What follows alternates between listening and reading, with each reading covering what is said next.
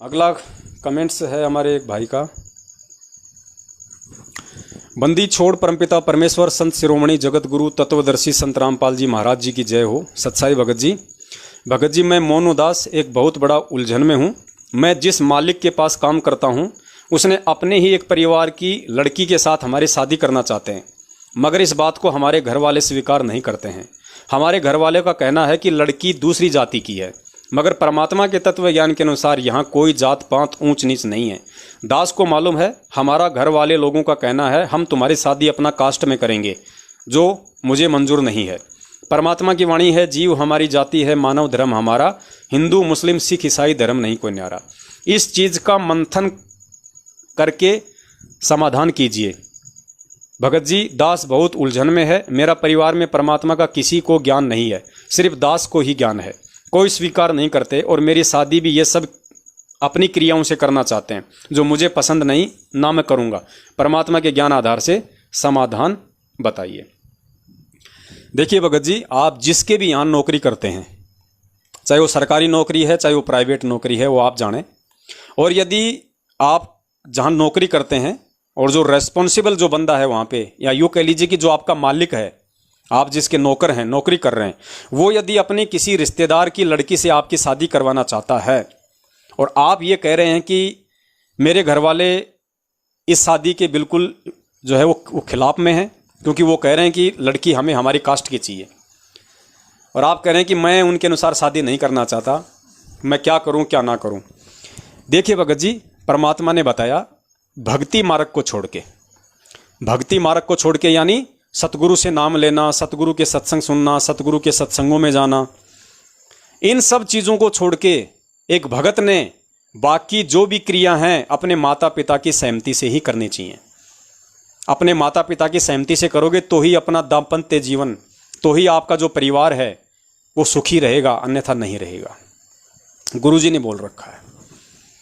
और आपकी ये जो मैरिज होगी, ये एक तरीके से आप जो कि ये लव मैरिज होगी, क्योंकि इसमें आपके माता पिता की रजामंदी नहीं है, इसमें आपके मालिक की और आपकी रजामंदी है। तो ये आपकी एक तरीके से लव मैरिज हो गई। और लव मैरिज ज़िंदगी में कभी भी सफल नहीं होती है, कभी भी, और ना किसी की हुई है। अगर हुई है तो बता दो। यहाँ तो भगवानों की लव मैरिज सफल नहीं हुई। गुरुजी ने बताया शंकर और पार्वती का क्या हाल हुआ। पार्वती ने अपने पिता दक्ष और अपनी माता जी के विरुद्ध होके और भगवान शंकर से शादी की थी, यानी उन दोनों ने लव मैरिज की थी, भगवान शंकर और पार्वती ने। आगे चल के क्या हाल हुआ उनका।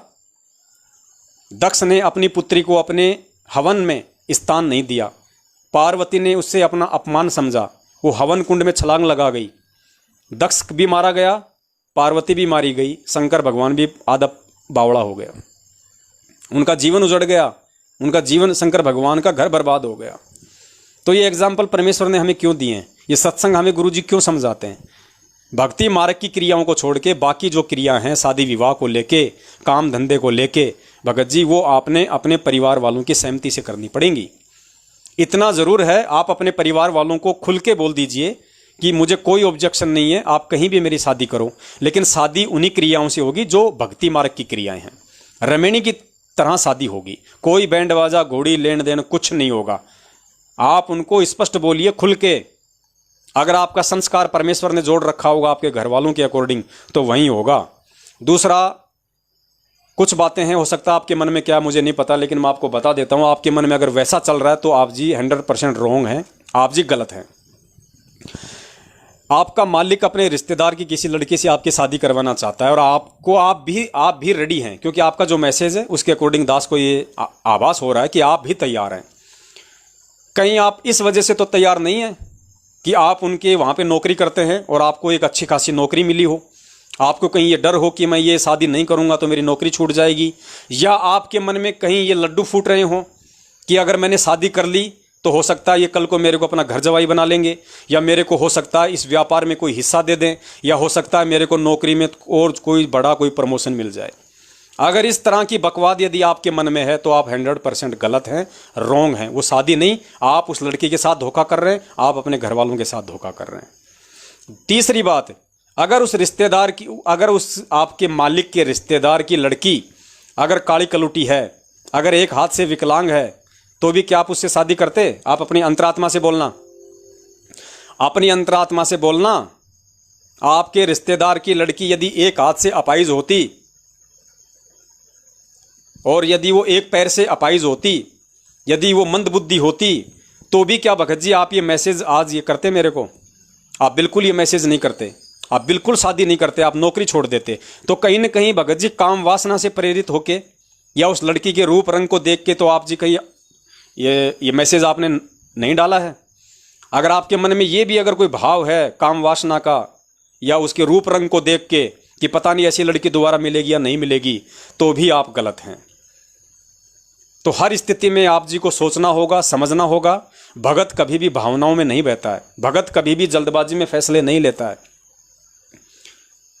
आप दोनों अकेले अपनी जिंदगी पूरा जीवन नहीं गुजार सकते, आपको अपने परिवार में रहना पड़ेगा, आपको माता पिता के साथ रहना पड़ेगा। आप अपने माता पिता के खिलाफ चल के उनकी भावनाओं को ठोकर मार के आप कभी भी अपने शादीशुदा जीवन में सफल नहीं हो सकते। तो दास का निवेदन है, चाहे आपकी नौकरी जाए तो जाए, आपके मन में कोई लोभ लालच नहीं होना चाहिए।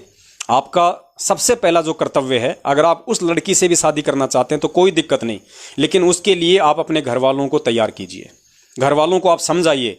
दोनों जो पक्ष हैं अपने मालिक को भी बोलिए कि साहब देखिए आपने जो बात कही है वो ठीक है, मैं आपका सम्मान करता हूँ, मैं आपकी भावनाओं का सम्मान करता हूँ कि आपने मुझे इस लायक समझा और आप अपने रिश्तेदार की एक बच्ची के साथ आप मेरा रिलेशन करना चाहते हैं। लेकिन साहब मैं एक खानदानी व्यक्ति हूँ, मेरी कुछ मर्यादाएं हैं, मेरे माता पिता हैं जिन्होंने मुझे बचपन से पाला है। 3-4 साल तक माता पिता ही अपने बच्चों की लेटरिन उठाता है, उनके हाथ साफ करता है। आज तो वो लड़की दिखाई दे रही है सुंदर, वो 4 मिनट का जो प्रेम है वो अंदर वो उफान मार रहा है। वो माता पिता का जो वो त्याग है वो शायद आप भगत जी आज आपको समझ में नहीं आ रहा। जब आपको बोलना भी नहीं आता था, आपका चलना भी नहीं आता था, तब माता पिता आपकी हर डिमांड को पूरा करते थे। रात को आप अपनी माँ का बिस्तर गीला कर देते, बेचारी आपको सूखे में सुलाती थी, खुद वो गीले में सोती थी। और आज आप कह रहे हैं कि माता पिता के अनुसार मुझे नहीं करना, उनके अनुसार मैं नहीं चलूँगा। आपके माता पिता भी तो आपके अनुसार चले थे बचपन से। कौन माँ बाप चाहता है कि रात को बच्चा लेटरिन करे, रात को पेशाब करे, मैं दुखी हूँ, मैं परेशान हूँ, रात को 2 बजे ये बच्चा रोए चिल्लाए, मेरी नींद खराब हो? कोई माँ चाहती है, कोई बाप चाहता है? आप अपने माता पिता की उस त्याग को याद कीजिए। और भगत जी एक भगत होने के बावजूद जो अपने माता पिता का नहीं हो सकता वो अपने सतगुरु का कभी नहीं हो सकता। कभी भी ये नोट कर लेना जिंदगी में, जो अपने शरीर के माता पिता का नहीं हो सकता वो अपने शब्द रूपी गुरु का कभी नहीं हो सकता। तो आप अपने गुरु को भी दुखी करेंगे, अपने माता पिता की भी आत्मा को आप दुखी करेंगे। और कल को क्या भरोसा वो लड़की आपको छोड़ के कहीं और चले जाए, किसी तीसरे से वो शादी कर ले, क्योंकि वो भी तो आपके मालिक के कहने से ही राजी हो रही है। वो आपके कहने से थोड़ी आपसे शादी कर रही है, वो तो बीच में आपका मालिक है इसलिए आपकी शादी कर रही है। अगर मालिक ना होता तो कौन आपसे शादी करने वाला था? तो दोनों जो पार्टियां हैं, आपके मालिक के परिवार वाले और दूसरे जो आपके माता पिता हैं, आप उनको किसी भी तरीके से आप उनको एक जगह उनको बैठाओ, चाहे अपने माता पिता को वहां ले जाओ, चाहे उनको यहां आने के लिए बोलो। स्पष्ट बोलो साहब जब तक मेरे माता पिता राजी नहीं होंगे तब तक मैं शादी नहीं करूंगा, चाहे नौकरी जाए तो जाए। तो आप उन दोनों की मीटिंग करवाओ, अगर वो सहमत होते हैं तो बहुत अच्छी बात है। आप अपने माता पिता को भी आप समझाओ।